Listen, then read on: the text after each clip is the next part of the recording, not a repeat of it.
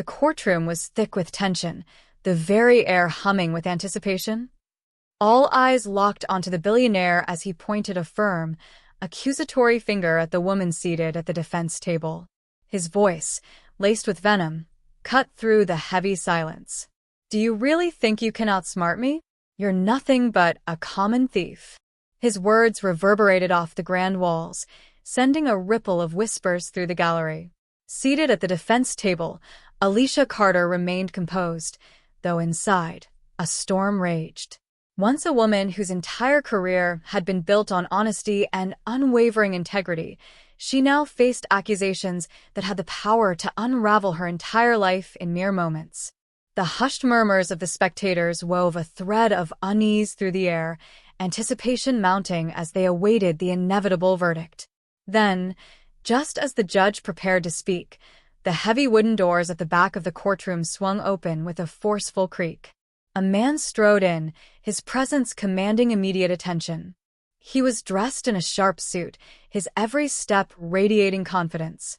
As he moved closer, his badge glinted beneath the harsh fluorescent lights, and in an instant, the entire room fell into stunned silence. That morning had started like any other in New York. The city's iconic skyline was bathed in golden hues, the sun peeking over towering buildings, casting long, stretching shadows. The crisp autumn air carried a distinct chill, but the cold outside was nothing compared to the heat that burned beneath Alicia's skin as she climbed the courthouse steps.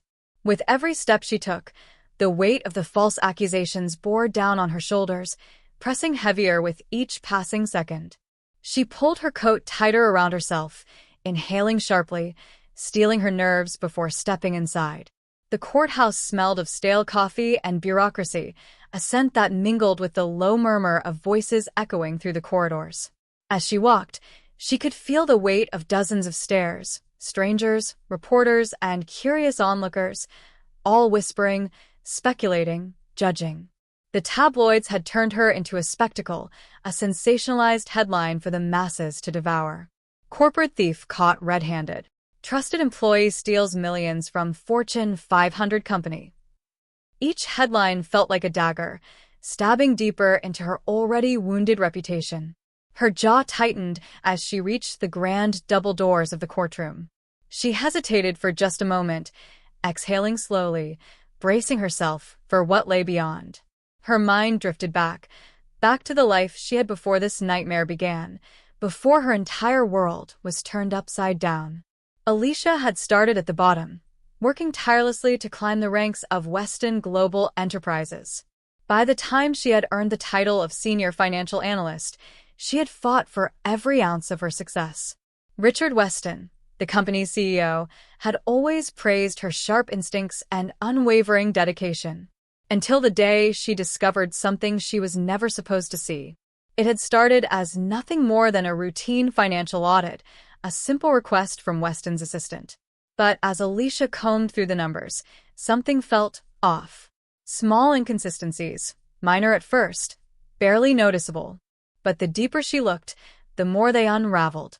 Money was being funneled into secret accounts, buried beneath layers of shell corporations, hidden in plain sight. When she brought her findings to Richard Weston, his reaction was instant and chilling. "You must be mistaken," he had said, his voice as smooth as glass, yet his eyes were sharp as daggers. "Don't look into this further, Alicia. You wouldn't want to jeopardize your promising career over a simple misunderstanding." The unspoken threat hung thick in the air, but Alicia couldn't ignore it. She had built her career on integrity, on doing the right thing, and walking away simply wasn't an option. A week later, the world turned on its head. She was the one in handcuffs, escorted from her office like a criminal, her colleagues staring in stunned disbelief. The charge? Embezzlement. Now, as she pushed open the heavy courtroom doors, the room fell into an eerie silence. The gallery was packed, curious spectators, relentless reporters scribbling feverishly, and a handful of colleagues who still believed in her innocence. At the front of the room, Richard Weston sat with his high-powered legal team, his expression one of pure, unwavering confidence. His tailored suit was pristine, his demeanor unshaken, as if he had already won. But Alicia knew the truth. She saw it beneath his polished facade, the carefully concealed fear. Her gaze shifted to her attorney, James Whitmore, one of the city's most formidable defense lawyers, a man known for taking on cases others deemed impossible. He met her eyes and gave a single, steady nod. A silent promise. They were ready for the battle ahead. The judge entered, bringing the courtroom to order. Case number 24 to 2291, the State of New York versus Alicia Carter. The prosecutor wasted no time, launching into his attack with relentless precision. "This is a case of betrayal," he declared, pacing before the jury, his voice thick with conviction. The defendant, Alicia Carter, was granted access to the very financial heart of Weston Global Enterprises. And what did she do with that trust? She exploited it. Alicia clenched her fists beneath the table, fighting the burning indignation rising within her. He spoke as if he had been there, as if he had seen her tirelessly combing through spreadsheets, night after night, desperately trying to make sense of the numbers that didn't add up.